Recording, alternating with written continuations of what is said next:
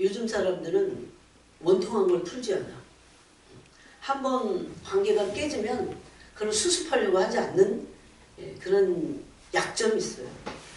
어떻게 보면 완악한 거죠. 그런데 우리 안에 적어도 신앙의 양심이 이런 게 있어야 돼요.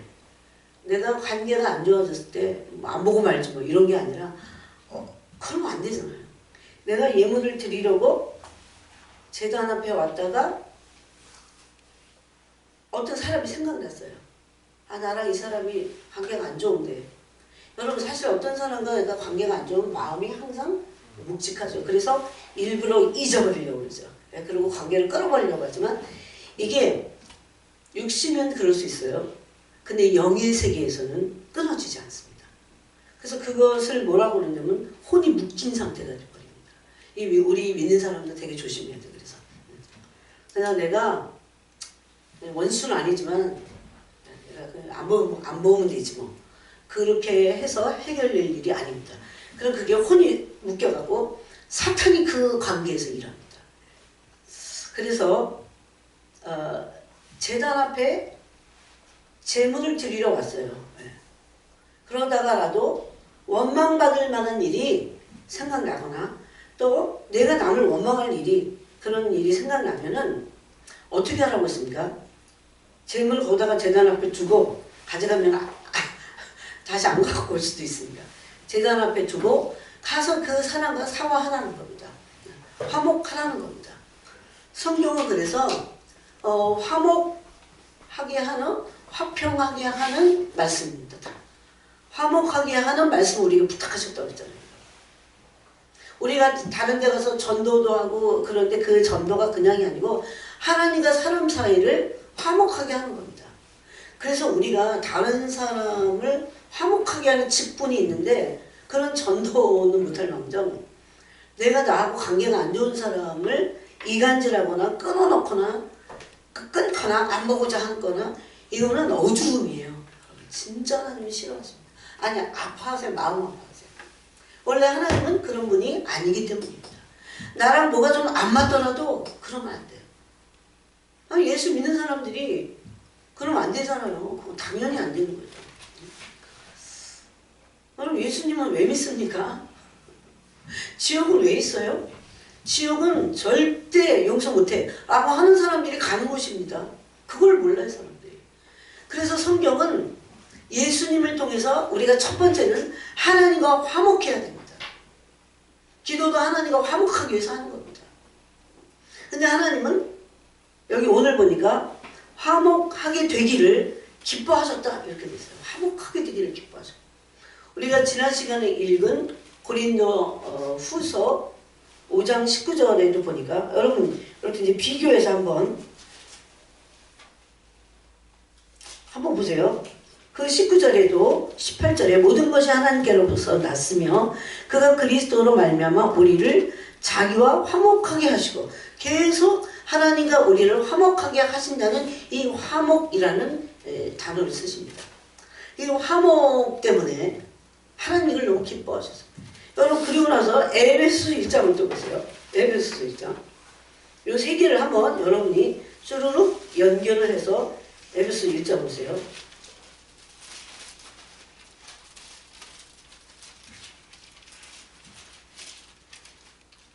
거기는 화목하게 한다는 말은 없어요. 그렇지만 4절에 우리로 사랑 안에서 그 앞에 거룩하고 흠이 없게 하시려고. 사랑 안에서가 거룩하고 흠이 없으므로 사랑으로 거룩하고 흠이 없게 됐어요. 사랑하심으로. 사랑하심으로 하신 일이 뭡니까? 예수님을 화목 제물로 삼으신 거죠.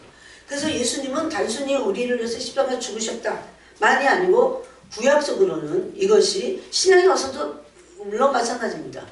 예수님은 우리의 화목 제물이 되셨습니다. 하나님과 우리가 화목하게 하기 위해서 화목 제물이 되시고 그 화목하게 하기 위해서 무슨 문제를 해결해야 됩니까? 죄 문제를 해결해야 됩니다. 그래서 죄 문제를 해결하기 위해서 희생 제물이 되셨죠. 어디서? 십자가에서. 그래서 여러분 십자가에서 예수님의 물과 피가 왜 쏟아진 줄 아세요? 그게 구약의 레위기를 다 응하는 말씀입니다. 예수님의 물과 예수님의 피가 뿌려짐으로, 그래서 그게 레위기에 보면요, 가는 곳마다 피를 뿌려. 피가 뿌려지는 곳마다 거룩하게 됩니다. 정결하게 돼서 거룩하게 되는 거예요. 그래서 그것을 베드로전서 1장 2절에서는 우리가 피 뿌림을 얻기 위하여 택하심을 받았다 이렇게 말합니다. 그냥 어떤 사람은 그걸 기능적으로 예수의 피 물론 우리의 죄된 마음에도 뿌려야 되고 지금도 또 우리가 연약한 육체에도 예수님의 피를 뿌려서 또 그리고 뭐 피 묻은 손으로 안수해달라고 그러잖아요 우리가. 다 그런 의미가 있거든요. 그런데 왜 뿌리냐는 것을 알아야 돼요. 피가 뿌려짐으로 피가 뿌려진 것마다 죄가 사해지는데 거기는 죄가 덮어집니다. 어제 우리 카파르 어제 그저께죠. 카파르 우리 배웠죠. 지나가고 덮어주고. 그래서 그게 대속입니다. 대신 속죄한다고 하는 것은 예수님의 피가 뿌려지는 곳에 죄가 덮어지고 죄가 가려지는 겁니다. 그래서 우리 보고도 그렇게 하라는 거예요. 이 피뿌림을 얻은 우리가 계속 죄를 사해주고 덮어주고 그런 부르심이 우리에게 있다고 말씀합니다. 그것은 골로새서와 에베소서와 고린도 후서와 이 여러 곳에서 하나님이 우리와 화목하게 되기를 원하신다고는 대전제입니다. 그러면 하나님이 우리와 화목하게 되기를 원하시는 그 안에는 어떻게 이루셨는가? 어떻게 하나님이 우리와 화목하게 될 수 있어요? 이거는 불가능한 일이에요. 하나님의 의를 봤을 때는 다 죄인들이 어떻게 하나님과 화목해요? 여러분, 하나님의 거룩과 죄인된 나는요, 이게 하늘과 땅 차이야 정말. 하나님의 거룩을 보신 적 있어요? 하나님의 거룩을 봐야 돼요. 거룩은 이론이 아니거든요. 거룩은 하나님의 존재의 속성입니다. 그래서 존재에서 흘러나와요. 그래서 그 거룩이 죄인인 우리를 빚을 때 함부로 갔다가는 죽습니다. 그래서 죽어요. 그래서 주님이 구약에서는 뭐라고 했습니까? 경계를 정해놓고 동물도 올라오지 마. 시내산에 올라오지 말라고 했어요. 동물도 죽는다고 했어요. 동물이 죽은 것을 치우려고 왔다가 또 죽습니다. 연줄 죽어. 그래서 모세를 통해서 철저하게 말씀하셨어요. 우리 안 죽이시라고. 그 당시에 그 백성들 안 죽이시라고. 그만큼 하나님의 거룩은 죄인들이 그냥 거룩이 사람을 죽인다 이런 게 아니에요. 죄인들이 감당을 못합니다. 여러분 그래서 요한계시록 1장에 보니까 사도 요한이 그 주석 같은 발을 가지고 흰 옷을 입어 얼마나 하얀지 그 흰 옷 입은 주님을 대면했을 때 죽은 자 같이 됐어요. 너무 거룩해서. 이건 그래서 개념이 아니에요. 이론이 아니에요. 우리가 이걸 대면을 해봐야 돼요. 그런 하나님이 그렇게 거룩하신 하나님이 높이 계셔서 지존하시다는 것은 거룩하시다는 거예요. 이 거룩을 설명할 수 없어요. 근데 여러분 이 거룩 안에요 어마어마한 사랑과 의가 있는데 그 안에 상상을 초월하는 기쁨이 있습니다. 이 거룩 안에. 거룩 그러면 우리는 두려워하잖아요. 요즘은 거룩을 대면해보지 않았기 때문에 거룩을 잘 모르니까 두려워하지도 않아. 옛날에 두려움이 없다가 귀신 얘기하면 그때부터 이상하게 귀신의 존재를 느끼면서 두려워하는 거랑 똑같습니다. 근데 요즘은 하나님을 모르니까 하나님을 모른다는 건 하나님의 거룩을 몰라요. 하나님의 거룩을 모르기 때문에 하나님을 두려워하는 게 없습니다. 이게 문제죠. 그래서 그런 거룩하신 하나님이 죄인인 우리를 용납하시기 위해서 화목제물신 예수를 보내주신 겁니다. 그러나 하나님 안에 도대체 이런 거룩 안에 뭐가 있길래 그게 바로 우리가 계속 나누었던 국률입니다. 그래서 디도서 3장 5절 보니까 이런 말씀이 있어요. 여러분 한번 찾아보세요. 디도서 3장 바울은 이 하나님의 국률하심을 알았습니다. 여러분 국률은 사랑의 다른 말이에요. 그러니까 하나님은 우리를 사랑하시는데 하나님의 사랑은 국률하신 사랑입니다. 우리를 불쌍하게 여기세요. 여러분 이게 우리에게 하나님의 국률하신 사랑이 우리에게 와야 돼요. 반드시 와야 돼요. 그러지 않으면 우리 주변에 있는 사람들을 국률이 여길 수 없어요. 만약에 우리가 하나님의 국률하심을 받고 주변에 있는 사람들, 지체들부터 국률이 여기는 마음이 없으면 우리는 비난하는 존재가 됩니다. 비난하기 아주 쉽습니다. 비난하고 비방하고 판단하고 험담하고 그죠? 손가락질하고 그래서 허망한 말을 합니다. 여러분 하나님의 국률하심을 받아봤어요. 그것만 갖고는 안 돼요. 옷을 입어야 돼요. 그러면 하나님 국률하심이 심장 안에 있어요. 그럼 이렇게 사람들을 볼 때 인간의 본성은 비방하는 꽃을 잡아. 그래서 그런 마음이 서서히 사라져요. 자꾸. 그냥 불쌍한 걸 어떻게 해요. 그게 사람이 아유 거지 보고 동정하는 말은 아유 불쌍해. 그런 마음이 아니에요. 단순히 그런 정도의 국률이 아니에요. 하나님에게서 오는 그 국률한 마음이 여기 가슴에 부어질 때 진짜 원초적인 국률함이 있어요. 그게 하나님의 마음이야. 하나님이 저 사람을 정말 국률하게 여기시고 참 사랑하시는구나. 여러분 하나님의 국률이 어떤 사람을 향해 흐른다는 것이 내 마음에 있을 때 그게 사랑이에요. 다른 게 아니에요. 하나님이 엄청 국률하게 여기시는구나. 그러므로 내가 그 사람을 사랑할 수 있는 거죠. 그 사람의 약점을 덮어줄 수 있는 겁니다. 그래서 사랑은 허다한 죄를 덮느니라. 베드로전서 4장 8절에 그렇게 말씀하고 있어요. 그래서 바울의 서신서에 바울은 바로 이 국률의 사랑을 받은 자입니다. 철두철미하게 율법주의자였던 바울이 어떻게 해서 그렇게 바뀌었을까요? 주님을 만난 거죠. 그래서 바울의 서신서의 특징은 계속 긍휼하다고 하는 그 표현을 자주 씁니다. 이 디도서 3장 5절을 보니까 우리를 구원하시되 우리가 행한 바 의로운 행위로 말미암지 아니하고 의로운 행위로 구원 얻지 못해요. 그렇다고 의로운 행위를 아예 하지 마라 그런 소리가 아니에요. 구원으로는 의로운 행위로 구원받지 못했다는 것을 압니다.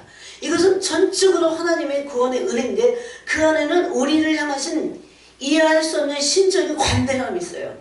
그게 바로 국률입니다. 그래서 주의 날이 가까웠으니까 뭐 하라고 합니까? 우리에게 관용을 모든 사람에게 알게 하라고 합니다. 관용해야 됩니다. 그리스도인들은 이것이 특징이고 매력이어야 돼요. 참 저 사람 관대하다, 관용스럽네. 그 그릇이 큰 거죠. 그래서 여기서 뭐라고 합니까? 우리의 행한 바 의로운 행위로 말미암지 아니하고 오직 그의 국률하심을 따라 하나님의 국률하심을 따라 중생이 씻음. 우리가 어떻게 죄가 씻어졌어요? 이게 중생이 씻음인데 국률하심을 따라. 이런 거 다 아는 것 같잖아요. 이거 그냥 문자 말고 국률하심을 따라 중생이 씻음이 무엇인가를 깊이 묵상하면 국률하셨기 때문에 어떻게 하셨어요? 화목제물이 되셔서 대속하셨습니다. 우리의 죄를. 그죠? 예수님이. 그 대속을 깊이 계속 묵상할 때 사죄의 은총이 보게 됩니다. 사죄의 은총은요. 제가 받아본 은총 중에 진짜 우리를 다 녹여버려요. 녹이고 기쁨을 주고 맨날 찝찝하고 그 죄책감 때문에 찝찝해갖고 하나님 앞에 가지 못하고 막 이런데 사죄의 은총이 계속 흘러보세요. 십자가를 좀 묵상해야 돼요. 사죄의 은총이 여러분 그러면 관대해지지 않을 수 없어요. 마음이 넓어져요. 내가 받은 은총이 내 죄가 어떤 죄인지를 아는데 그 죄를 사하신 건데 이게 사죄의 은총이잖아요. 그래서 이 대속이라고 하는 그 안에는 하나님의 그 속성상 긍휼하심이 있어요. 그래갖고 아들이 다 죄는 짊어지고 매 맞고 다 했어요. 그리고 우리의 죄는 어떻게 해요? 덮다. 카파로 덮는 겁니다. 지나가는 거예요. 여러분 시간을 내갖고요 이런 은혜를 한번 하나님의 그 긍휼하심, 그분의 이게 속성이야. 그걸 이타적이라고 그러죠. 긍휼하심은요 이타적인 사랑입니다. 그래서 바울의 그 복음의 특징은 하나님의 긍휼을 얘기했어요. 긍휼하심을 따라 중생의 씻음, 거듭났다는 거죠. 중생 거듭난 거잖아요. 회개함으로 거듭나는 거. 그래서 그걸 중생의 씻음. 그 다음에 중생의 씻음만 있지 않습니다. 씻었으면 됐지 뭘 또 성령이 새롭게 하시면 그랬어요. 이건 뭡니까? 중생의 씻음은 처음에 거듭날 때 하는 거예요. 그렇지만 계속해서 성령의 새롭게 하심을 받아서 하나님 아버지의 그 놀라우신 그 하나님 아버지의 성품, 그 성품을 닮아가는 겁니다.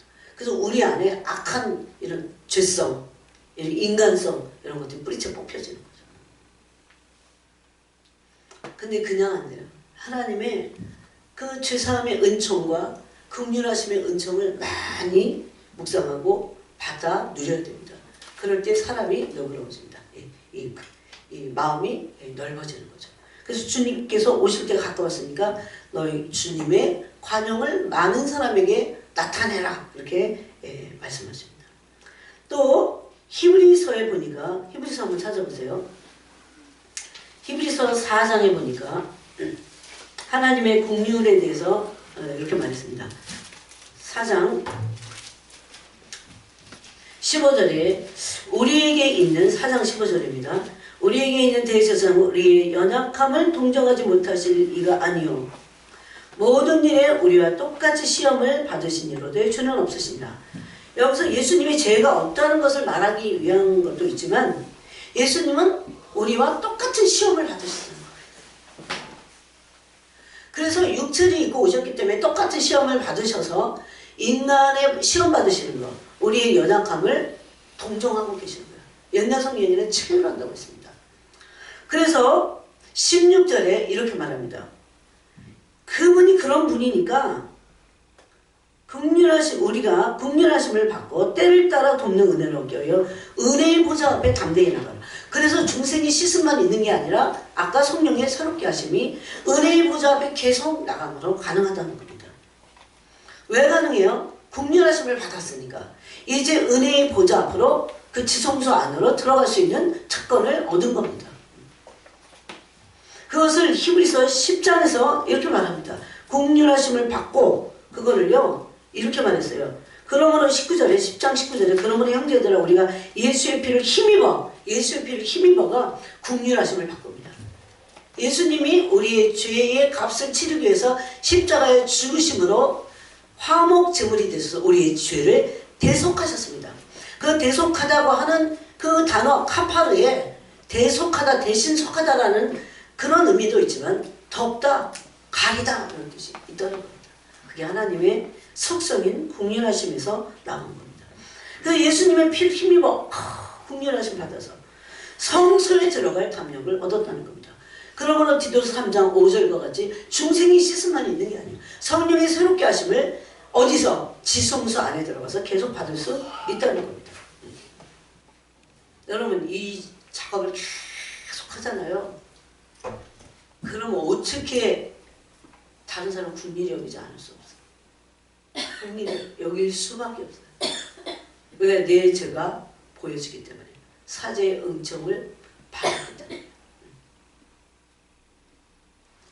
물론 더 우리는 지금의 모습보다도 더 사람들이 죄를 덮어주고 여러분 그래서요 이 중보하다가 중보자가 인터세서인데 무슨 뜻이냐면요 짐을 대신 지다 이런 뜻이 있어요. 짐을 지고 대신 나아가다, 호소하다, 대신 짐을 지는 거. 죄짐을 대신 짊어지고 누구와 같아요? 예수님. 여러분 이 세상에 보세요. 뭐 교회도 그렇거니와 세상도 그렇고 교회도 보세요. 누가 대신 자기가 짊어지려고 합니까? 다 책임 전가하고 또 비난하고 그래서 그러기 바쁘죠. 그것은 지옥의 기운이 그 그 공동체, 그 진정한 공동체의 존재의 의미가 없습니다. 사실. 예수님이 하신 특이한 일이 바로 그겁니다. 당신이 하지 않은 그 죄짐을 대신 지시는 거예요. 세상에 이런 사람은 바보라고 그럴 수 있어요. 그렇지만 주님의 성품에서 그래야 됩니다. 근데 이게 얼마나 영광스러운지 아세요? 천국 가고 이들이 받을 영광은 엄청납니다. 왜? 예수님 닮았기 때문에.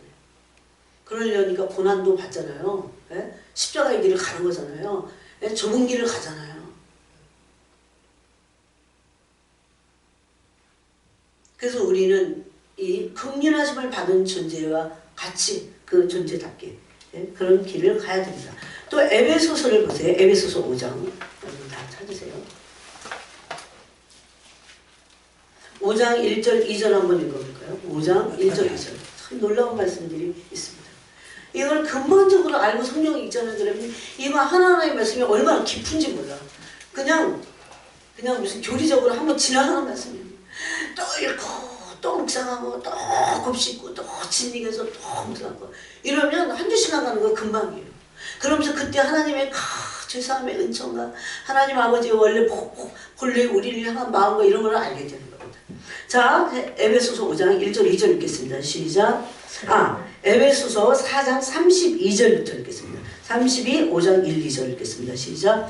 서로 친절하게 하며 불쌍히 여기며 서로 용서하기를 하나님이 그리스도 안에서 너희를 용서하신 것 같이 하라. 그러므로 사랑을 받는 자녀같이 너희는 하나님을 본받는 자가 되고 그리스도께서 너희를 사랑하신 것 같이 너희도 사랑 가운데서 행하라. 그는 우리를 위하여 자신을 버리사 향기로운 제물과 희생제물로 하나님께 드리셨느니라. 아멘. 향기로운 제물 어디 나옵니까? 레위기 1장의 3번째에서 나오죠. 네? 번제인데 드리는 방법은 화제입니다. 태워서. 그래서 그 태워서 드릴 때 그 향을 하나님이 받으신다고 했습니다. 주로 하나님께 뭘 태워서 드립니까? 전체를 태워서 속죄제까지 드릴 수도 있지만은 기름을 태워서 드려요. 그래서 하나님이 이스라엘 백성들 보고 뭐라고 합니까? 내가 그 소기름의 냄새를 질렸다 그럽니다. 다시는 내 앞서 불사르지 마라. 불사르지 말라고 합니다. 왜? 마음은 없으니까. 입술로만 와서 행위로만 그렇게 합니다. 마음이 없는 행위. 얼마나 공허합니까? 여기 오늘 보니까 우리 보고 다른 사람에게 긍휼을 베풀라는 겁니다. 그래서 야고보서 뭐라고 합니까? 긍휼을 행하지 아니하면 긍휼이 없는 심판을 너가 받을 거야. 이거는 지금 복음이에요. 구원에 대한 복음이에요. 우리가 예수님을 믿고 나서 예수님을 통해서 하나님의 긍휼하신 사랑을 받았잖아요. 근데 내가 긍휼을 행하지 않아. 그럼 긍휼 없는 심판을 받는다는 겁니다. 이게 복음이 아니고 뭐예요? 그래서 뭐라고 합니까? 너 심판받을 거야 라는 것을 말하기 위한 게 아니에요. 그게 긍휼을 행하라는 겁니다. 나에게 긍휼을 받으라는 겁니다. 그래서 뭐라고 합니까? 긍휼은 심판을 이기고 자랑하느니라. 너무나 놀라운 진리의 말씀이죠. 어디 거기다 반박할 수 없는 너무나 흡도관이 7번 단련한 말씀이에요. 진짜 불순물이 없는. 그래서 우리 보러 긍휼을 불쌍히 여기며 긍휼히 행하라는 겁니다. 친절히 행하는 것입니다. 다.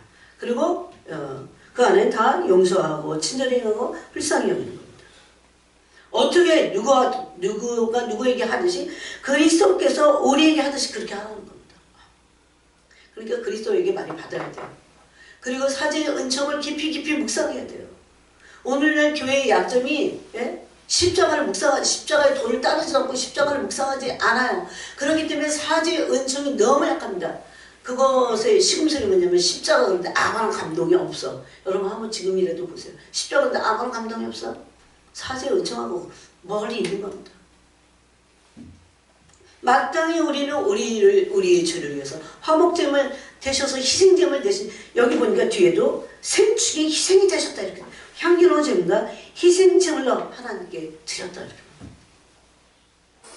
그래서 성경에는요 향기로운 희생제물을 몇 가지 말합니다. 몇 가지. 이웃에게 가난한 자들에게 베푸는 거, 또 사역자들에게 베푸는 거, 그런 거를 그 향기로운 제물이라고 이렇게 말합니다.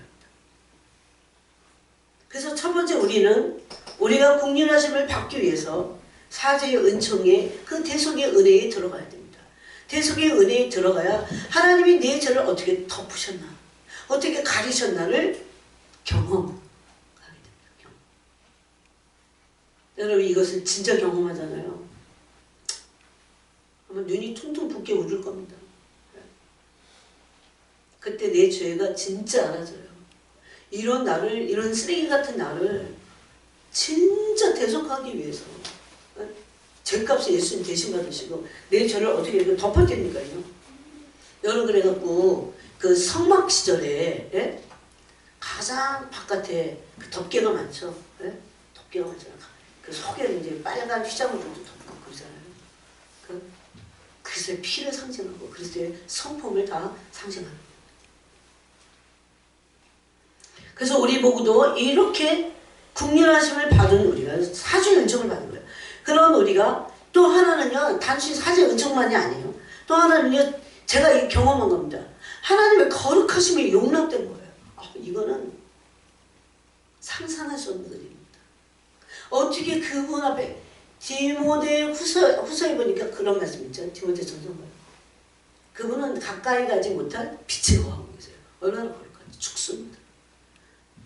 거기서 불이 나와갖고 죽이려는 불이 아닌데 거룩하지 않은 것들을 태우는 속성이 있기 때문에. 네? 그런데 하나님의 국률하심으로, 그래서 거룩 안에 국률이 있다는 걸 알게 돼요. 국률하심으로 우리가 하나님의 거룩하심에 용납됐어요.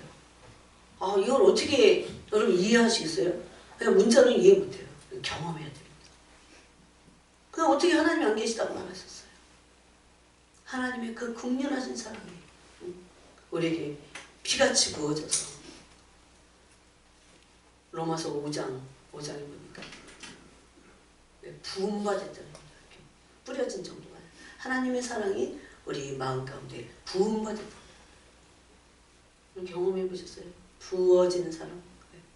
이렇게 좀 뿌리는 거 말고 양동이로 붙더라고. 양동이로. 그 사랑이 그냥 푹 빠져요. 근데 얼마나 그 사랑이 거룩하고 의로운지. 근데 진짜 의와 거룩이 뭔지 아세요? 긍휼이라니까요. 그래서 그 긍휼 때문에 우리가 용납을 받은 거 하나님께. 그리고 하나님의 그 격에 놀라운 그 거룩에 참여하게 됐어요. 신의 성품에 참여하게 됐다고 그러죠. 신성에, 거룩하신 신성에 참여하는 자가 되게 하려고 그게 아들들이 되는 겁니다. 하나님. 그래서 이것을 하나하나 다 경험해야 됩니다. 제가 하나님의 거룩하신 사제 은총 끝에 그걸 하나님의 거룩하심 앞에 그 사랑 안에 우리가 내가 용납받았다니 늘 거저주시는 이 은혜에 뭘 안 줘도 돼. 예? 이 땅에서 그냥 그래서 뭐만 구해도 된다고 그랬어요. 일용할 양식. 예? 우리가 탐욕스러워서 그럽니다. 뭐도 구하고 그러지만 사실 필요 없어요. 안 구해도 돼. 그 이방인들이 구하는 겁니다. 그러니 진짜 구해야 될 걸 구하면 그건 알아서 주신다는 거잖아요. 뭘 구합니까? 그분에게 얻은 그 거룩과 사제의 은총, 그 은혜를 감사하는 거예요. 그래서 거저주시는 바, 에베소 1장이죠. 거저주시는 바, 은혜의 영광을 찬송하게 하려고 우리를 택하시고 우리 구원하신 겁니다. 그러니까 잊지 말고 그렇게 사는 거야. 그 은혜 가운데. 그리고 다른 사람들한테 관용과 긍휼을 막 베푸는 거죠. 여러분 진짜 이 긍휼을 받고 나서 어떤 사람의 영혼을 위해서, 아니 내가 내 영혼을 위해서 기도할 때도 알게 돼요. 하나님이 나를 너무 오래 참으셨어. 너무 나를 긍휼히 여기셨어. 오늘도 기회입니다. 그게 얼마나 감사한지 아세요? 그 긍휼을 받고 내 다른 사람 영혼을 위해서 기도할 때 그냥 내가 보는 거하고 하나님이 그 영혼을 보시는 거 너무나 틀린 거 아세요? 너무나 긍휼히 여기셔요. 그 긍휼의 사랑이 차오르잖아요. 그 영혼을 향해서. 그래서 우리가 딴소리를 할 수 없는 겁니다. 그 사람이 너그러지는 거예요. 나도 긍휼을 베풀 수 있게 되는 겁니다. 우리 안에는요 긍휼이 없어요. 진짜 하나님 같은 긍휼은 없어요. 조금 봐주다가도 정말 끝내 그러면 비난하죠. 그게 우리입니다. 그렇지만. 그래서 이런 신의 성품, 이런 너무나 놀랍고 이 땅에 없는 그런 성품을 우리가 양식으로 삼아서 그랬기 때문에 그 사람들이 그 길을 갈 때 사람이 이제 하나님의 나라에서 이 땅에서도 받는다고 그랬었는데 이 땅에서도 어떻게 받는다고 그랬습니까? 산상수훈에서 그의 의를 하나님의 나라를 구하라. 그러면 이 모든 것을 더하시리라고 그랬어요. 더하시리라.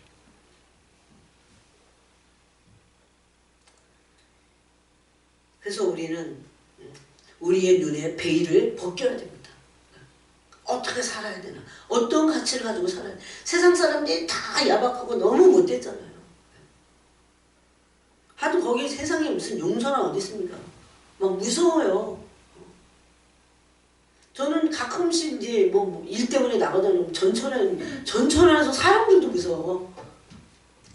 근데 그래도 제가 토요일 날도요 국률하심 받았어요. 제가 이제 어머니 때 가다가 늦었어. 막. 늦었는데 장을 봐야 되잖아요. 토요일 날밖에 없어요. 아 그래 조금이라도 사자. 요새 이제 희한채를 먹어야 돼. 그래서 갔어요. 가면 꼭 그렇게 너무 싸게 팔어. 그래 안 살 수가 없어. 또 일주일분이기 때문에. 그래서 이것저것 사니까 엄청 무거운데 제가 국류를 2번이나 받았어요. 첫 번째는 가게 그 야채가게 총각이 아니 이걸 어떻게 들고 가시려고요? 그 국률이잖아요. 나를 어떻게 들고 갈까 이런 걱정을 해주는 거죠. 어디서 미는 거를 하나 갖고 왔더라고요. 여기다 두고. 그래갖고 또 더 샀는데 그걸 믿고. 그래갖고 끌고 오다 보니까 거기 그 다리 있잖아요. 올라오는 내려가는. 야 이거 어떡하냐. 그래갖고 어떻게 끌고는 반쯤 왔어. 그랬더니 바퀴가 휙 돌아가더라고. 이게 빠졌어. 그래서 바퀴를 끼웠어요. 그래갖고 안 되겠다. 전화를 해야겠다. 목사님이. 그래갖고 이제 전화를 막 하는데 어떤 부부가 이렇게 오더라고요. 그래서 자꾸 나를 쳐다봐. 자꾸 쳐다봐. 그래서 거기 올라오려면 숨이 가빠갖고 제가 마스크를 안 꼈거든요. 내가 마스크를 안 끼니까 쳐다보나? 진짜 안 껴도 되는데. 이러고 있었는데 가서 내려가더니 다시 올라오더라고요. 사실 그 그루마가 엄청 무거웠어요. 그걸 들고 거기 내려가는 거예요. 아니 괜찮다고 이게 너무 무거웠고 안 돼요. 안 돼요. 그거를 내려줬어요. 얼마나 감사한지. 긍휼을 얻은 거야 제가. 야 하나님의 긍휼, 사람의 긍휼도 이런 건데 단순히 배려 이상이잖아요. 그런데 하나님은 어떠실까요? 하나님은. 그래서 성경은 이렇게 말합니다. 우리가 사랑을 받는 자녀라는 거예요. 사랑을 받았으니까 그 국률하심 받은 거예요. 그럼 자녀같이 너희는 하나님을 본받아서 뭐 하라고요? 서로 친절하게 하고 불쌍히 여기고 서로 용서하기를 그리스도 안에서 너희를 용서하신 것 같이 하라. 하나님이 하시듯이 너희도 그렇게 하라. 그겁니다. 그러면서 예수님이 어떻게 그런 존재가 되셨는지를 2절에 말한 거예요. 그게 그리스도께서 너희를 사랑하신 것 같이 너희도 사랑 가운데 행하라. 그는 우리를 위하여 사랑 가운데서 행해야 됩니다. 무슨 봉사는 그게 뭐든지 간에 하나님을 사랑하고 이웃을 사랑하므로 그 사랑은 인간애가 아니에요. 무슨 휴머니즘이 아니에요. 그런 인간에게서는 인본주의상 그런 거 아니에요. 하나님의 깊은 그 거룩하고 청결한 사랑에서 나. 거기는 뭐 때문에 하는 게 없어. 그냥 이타적이야. 나를 위한 거예요. 오로지 내가 누구한테 칭찬받으려고 하나님이 멋내시려고 어떤 과시요. 심지어 어떤 사람은 돈 내면서 기부하면서 자기를 위로받잖아요. 어떤 것도 그 중심 안에는 없는 겁니다. 순전한 마음. 하나님의 거룩을 경험해 보시면 그걸 알게 돼요. 그래서 하나님은 진짜 진실하신 분이세요. 하나님은 정말 정직하신 분이세요. 세상에 이런 정직과 진실 없습니다. 그래서 하나님께서 우리를 너희가 그 국률을 받았으니까 너희도 그렇게 닮아가라 그러는 겁니다. 그때 이렇게 말합니다. 그는 예수님은 우리를 위하여 자신을 버리사. 이게 국률의 사랑이에요. 이게 바로 이타적인 사랑입니다. 그래서 그 국률의 사랑이 자기가 죄를 뒤집어 쓰시고 우리의 죄는 그래서 죄를 위해서 십자가에 대가 지불하셔서 죄의 삭은 사망이라고 하는 그러므로 죄를 덮어주시는 겁니다. 그러므로 죄를 덮어주시는 겁니다. 죄가 그냥 가려진 게 아니에요. 엄청난 대가를 지불하심으로 우리의 죄를 덮고 우리의 죄를 가리고 지나가실 수 있는 하나님을 향해서 감동이 없는 사람들 진짜 한번 자기 인생을 걸고 이제는 막빠집니다. 정말 하나님 앞에 나가야 돼. 어쩌다가 우리가 이렇게 마음이 굳어졌는가. 하나님 아버지잖아요. 모든 영혼의 아버지라고 했습니다. 히브리서 보니까 모든 영혼의 아버지라고 했어요. 모든 영혼의 아버지신 그분이 우리 영혼을 아버지 자녀 삼기 위해서 아버지의 나라를 상속받기 위해서 그냥 단순히 구원이 아니라 지옥 안 가는 구원만이 아니라 그건 결과지 결과. 그래서 자기 자신을 버리사 향기로운 제물과 희생제물로 하나님께 드리셨느니라고 했어요. 향기로운 제물과 희생제물. 이게 하나님의 국률하신 사랑입니다. 네, 너무 많은 사람들이 하나님의 사랑을 믿지 못합니다. 그래서 하나님께 원망하고 불평합니다. 여러분, 우리 삶에 일어나는 모든 나쁜 일들은요, 원수가 그러는 것이 너무 많습니다. 근데 원수가 왜 그런 줄 아세요? 왜 그러는 걸 하나님이 허락하신 줄 아세요? 네? 우리가 회개치 않을 때, 죄 가운데 있을 때, 죄의 문이 열려있기 때문에. 그래서 회개는 그런 의미에서도 참 중요합니다. 그러므로 하나님은 악을 행하시지 않습니다. 하나님은 사람을 그런 어떤 악의를 가지고 시험하시지 않습니다. 얼마나 우리가 하나님의 사랑 그 마음에서 먼지 하나님께 얼마나 많은 오해를 하고 있습니까? 당신 자녀들에게요 그런 악의의 참 복수를 당신의 말을 안 듣는다고 악의의 참 복수를 함부로 내리지 않습니다. 얼마나 오래 참으시는데요. 얼마나 오래 참으시는데요. 그래서 야고보서는 하나님을 가까이 하고 마귀를 대적하라는 겁니다. 그래서 여러분 하나님만 가까이 하서는 안 돼요. 마귀 대적해야 됩니다. 마귀를 반드시 대적을 해야 됩니다. 그래서 이런 하나님의 긍휼하심을 받은 사람들은 특징이요 진실된 믿음을 갖는데 그 진실된 믿음은요 여러분 하나님이 얼마나 나를 사랑하시나를 믿는 거잖아요. 믿음이. 그러면 하나님을 그 믿음이 의지하게 돼 있어요. 그래서 믿음은 의탁하는 것이 굉장히 그 안에 내재 있습니다. 뭘 믿어요? 하나님의 긍휼하신 사랑을 믿어요. 하나님 나를 사랑하셔. 이렇게 말하면 사랑하시지 안 하는지 잘 이해가 안 가는데 하나님 나를 긍휼하게 여기신다는 것. 당신 만드셨기 때문에 나를. 그런 긍휼하신 사랑을 믿게 될 때 그 사람 안에 진정으로 하나님을 의지하는 전적으로 의지하는 믿음이 생깁니다. 그래서 믿음이 흔들려. 그것은 믿음의 뿌리가 사랑이 아니기 때문에 그래요. 근데 그냥 사랑이 아니고 여러분 사람들은요 사랑을 못 믿어요. 그런데 하나님의 긍휼하심을 받아야 돼. 긍휼하심은요 이거는 이런 거랑 똑같아요. 세상은 물론 완전하진 않은데 갓난아기를 낳은 엄마 애기는 전적으로 의지할 수밖에 없어요. 그 낳은 애미가 그죠? 그 자식을 기뻐하면서 긍휼하게 여기잖아요. 버리지 않잖아요. 사람도 그런데 주님이 그래갖고 그런 표현을 많이 하십니다. 내가 너의 이름을 내 손바닥에 썼다. 그래서 하나님의 그 긍휼하신 사랑을 진짜 믿을 때 그 믿음이 참 믿음이 되면서 하나님을 의지하는 믿음을 겸손의 믿음 그럽니다. 즉 겸손의 믿음은 하나님의 긍휼하신 사랑을 믿는 믿음입니다. 그런데 여기 놀라운 게 있어요. 우리가 겸손한 믿음을 갖게 될 때 굉장히 용기와 담대함이 생깁니다. 뭘 믿으니까? 하나님의 그 내 편이야. 그래서 이 신앙이 하나님을 전심으로 의지하면 할수록 거기서 뭐가 나오냐면요. 용기가 생겨. 담대함이 생겨. 네? 그겁니다. 세상 보세요. 용기가 어디 있어요. 네. 그래서 우리의 겸손의 시작은 예수 그리스도를 모든 일과 모든 상황에서 전적으로 의지하는 것입니다. 하나님의 궁일하신 사랑을 믿기 때문에 모든 상황에서 모든 일에서 전적으로 의지할 수 있어요.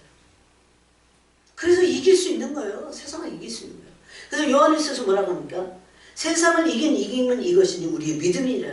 예수 그리스도께서 우리의 죄를 위해서 죽으신 것을 그것을 믿는 믿음이 아니면 세상을 이기는 믿음이 뭐냐 이렇게 말합니다. 그죠? 요한일서에서 그랬죠. 그래서 믿음이 좋다는 것은 참 믿음은 하나님을 전적으로 의뢰하고 신뢰하는 겸손의 믿음입니다. 근데 그 겸손의 믿음의 뿌리가 하나님의 긍휼하심을 받은 겁니다. 근데 이게 잘 안 되잖아요. 오늘날 이 겸손의 믿음이 잘 안 되잖아요. 그래서 용기와 담대함이 없는 겁니다. 여러분 겸손한 용기, 겸손한 담대함 이럴 때는 포기하지 않습니다. 부정적인 어떤 것에도 굴복하지 않는 믿음이에요. 이게 겸손한 참 믿음입니다. 그래서 우리가 이런 믿음을 갖게 될 때 야고보서 말씀대로 우리는 승리를 선포할 수 있습니다. 용기와 담대함을 가지고 마귀를 대적하는 그 승리를 선포할 수 있어요.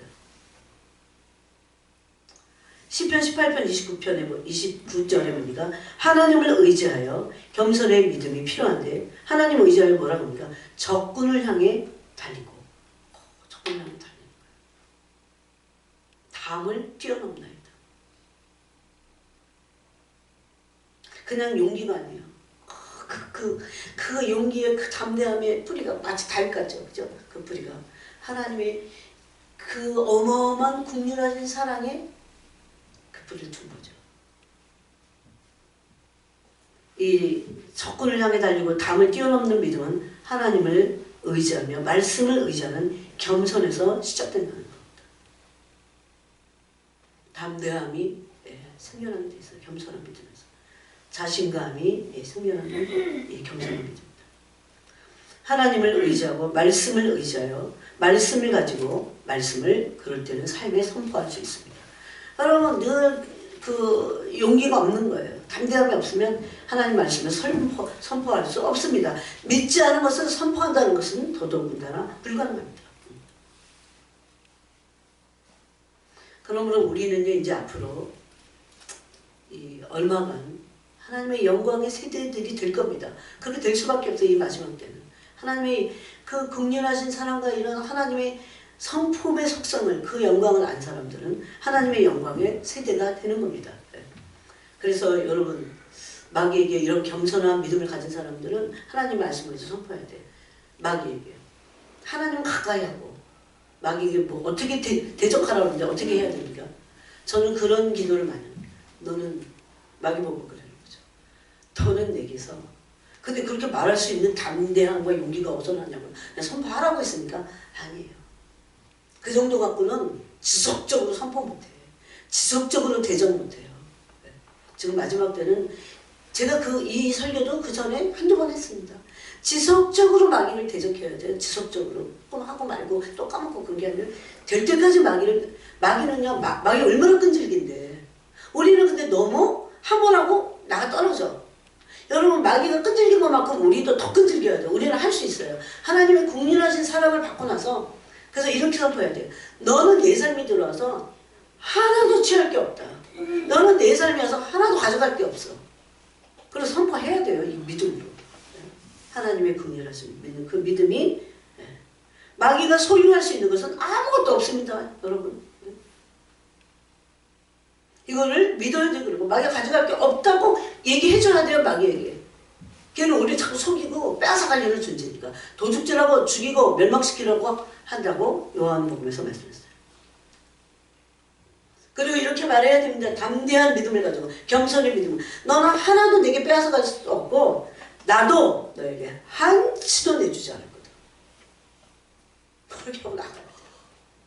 사람하고 싸우는 게 아니에요. 사람하고 그러면서 막 갈등을 엄청 느껴가면서 스트레스 팍팍 받으면서 이기려고 사람은.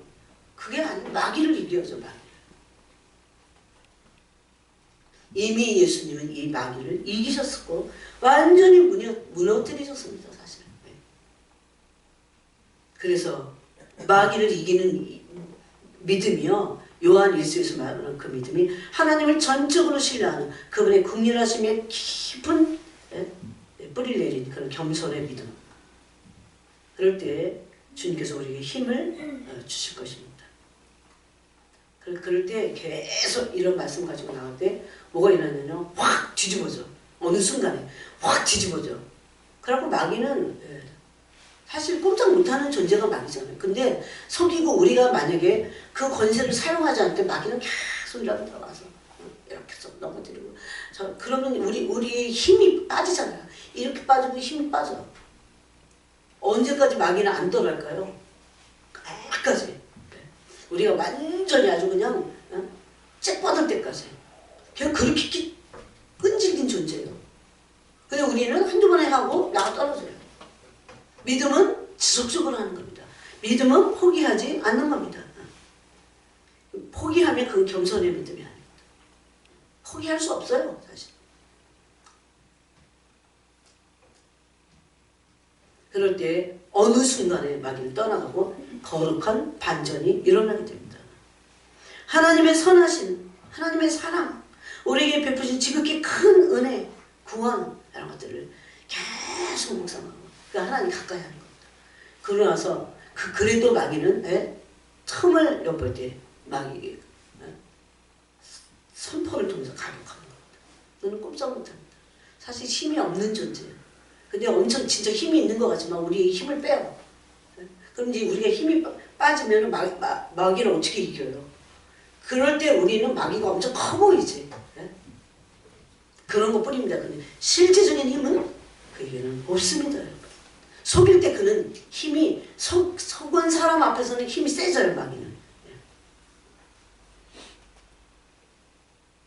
그래서 우리는 지난 시간에도 똑같이 말했지만 축복을 믿음으로도 한편에서는 취하고 또 연단도 받아내야 됩니다. 이미 예수 그리스도께서 우리를 위해서 많은 것들을 취해 놓으셨습니다. 승리를 쟁취해 놓으셨어요. 부활하심으로. 그래서 그냥 이런 것들을 그냥 그거 이렇게 조금 생각하고 믿으려고 할 때 안 믿어지는데 하나님의 긍휼하신 그 원래 하나님의 본성의 마음, 뭡니까? 그 속성의 마음, 성품의 마음이 뭡니까? 우리의 죄를 덮어주고 싶으신 거예요. 죄를 여기고 싶지 않으신 거예요. 이게 얼마나 큰 은혜인지 아십니까? 그리고 대언자이신 예수님이 보혜사가 되셔서 우리가 백보자 심판 앞에 갔을 때도 그분이 대언자가 되실 겁니다. 하여튼 이게 아버지 마음이에요. 아버지가 자녀를 덮어주고 싶은 거예요. 죄를. 마귀가 와서 송사하고 속이고 하나님께 고자질하고 이런 거 원치 않는 겁니다. 그럴 때 제가 그랬죠. 그럴 때 하나님 아버지가 우리의 죄를 가지고 마귀가 와서 막 송사할 때 얼마나 마음 아파하시는지 아세요? 그래서 로마서 8장에서 그러잖아요. 내가 선택한 자를 누가 고발해? 내 아들이 저를 위해서 죽었어. 그 사람이 지금 제 가운데 있어도 그럽니다. 택하신 자라면. 예? 여러분. 그렇지만 물론 그는 회개하고 속히 돌이켜야겠죠. 예? 그렇지만 하나님은 하나님의 마음을 지금 얘기하는 거예요. 택하신 자들 송사하셔서 고발당하지 않습니다. 송사당하지 않습니다. 고발은 왜 한다고요? 정죄하기 위해서. 누구도 택하신 자들 정죄함 받지 않아요. 그래서 이걸 모릅니다. 여러분 거기서 다른 얘기했습니다. 죄 안 진 사람이 정죄함 안 받는다고 했어요. 거룩한 사람이 아닙니다. 택하신 자라고 했어요. 택하심은 로마서에 보니까 하나님의 은혜입니다. 택하심도. 택하심도 은혜예요.